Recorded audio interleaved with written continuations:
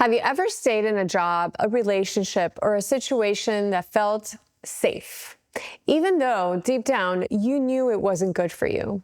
Whether it was out of guilt, out of shame, or responsibility, leaving the familiar isn't just a practical or emotional challenge. It's also a spiritual one, because it forces us to confront our fears, step into uncertainty, and trust in the greater purpose.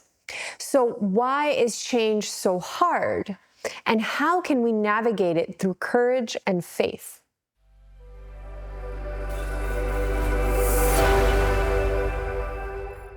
In this video, we'll explore the psychological and the spiritual struggles of leaving what is familiar. We'll talk about the fear, the anxiety, and how long they last, but also why it's necessary for transformation.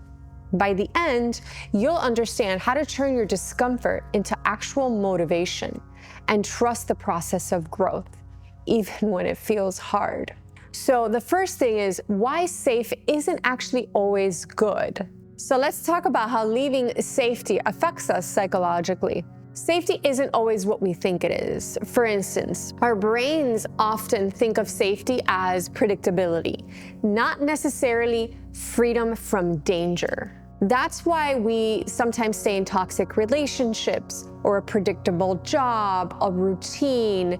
These things can feel actually less threatening than change, than even stepping into the unknown. Our brains are wired to prioritize survival through familiarity, through routine, even if that familiarity and that routine causes us stagnation. Because the fear of growth or even tolerating a really toxic relationship is predictable and is considered safe for our brain. On the spiritual level, staying in the familiar often means resisting the deeper calling to actually evolve. The soul craves growth, it craves alignment, but the ego clings to control and real comfort. These tensions between safety and grow is where actually the transformation happens. So it's not necessarily a bad thing. So now I really want to talk about what happens to our mind, what happens to our body, and what happens to our soul during these big transitions in our life. So for the mind, your mind may actually feel overwhelmed with fear, with self-doubt, and overthinking, a lot of overwhelming thoughts.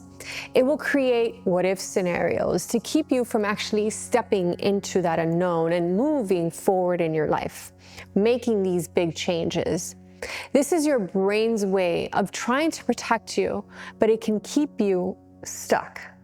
For example, you might think, what if I fail?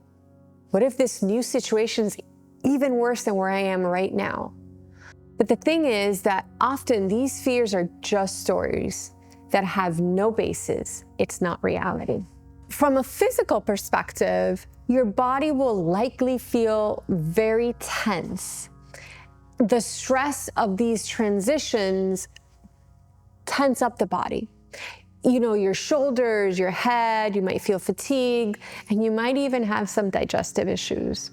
This is because your nervous system is on high alert, and it's responding to the perceived threat of change. Example, you might notice your heart racing when you're thinking about making this leap or making this change. Or you could feel physically drained from the emotional energy of all of that's going on in your mind.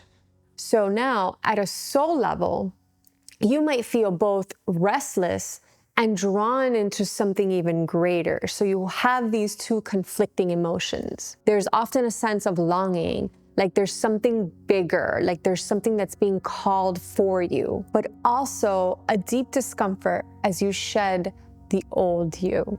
This can be confusing and feel confusing because you're mourning the old part of you, but at the same time, you're creating something new.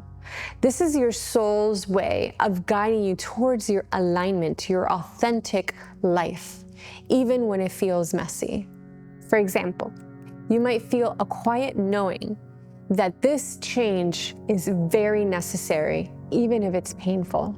How do we navigate all of these transitions from a mind, from a body, from a psychological perspective. Let's try these things. Number 1, name the fear. Identify what's really scaring you. Is it the failure? Is it the rejection? Is it the loss of control? So naming the fear helps you see it for what it is, a reaction, not a reality. The other thing, number 2, is breaking it into little steps. So big transitions feel overwhelming because we focus on the entire journey. Instead, break it into small, manageable steps. Breaking things down to small, manageable steps is less overwhelming, and you can focus on one thing at a time. Number 3, reframe the narrative. Shift your perspective from I'm losing something to I'm creating space for something better. So that shift in mindsets brings down your anxiety. So as you know, I bring in a lot of the spiritual aspect to psychology. So from the spiritual perspective, let's trust the process. Remind yourself that the discomfort is temporary. The universe, God, your higher self is guiding you through this for a reason. Number 2 is meditation and breath work. Calm your mind and your body with daily meditation that can be 5 minutes of silence, or a simple breathwork exercise to help you regulate that nervous system. And one of my favorites, of course, is journaling. Journaling for clarity. Write about what you're leaving behind and what you hope to gain. This helps you connect with your soul's deeper purpose. It's the alignment process. Some everyday examples of these transitions are, for example, leaving a toxic job that might feel terrifying. But over time, you'll see it as the first step toward a career that aligns with your values. Alignment. Another example is maybe when you're ending a relationship, you may feel lonely for a while. And that's unfortunate, but also think about the space that you're creating for healthier connections.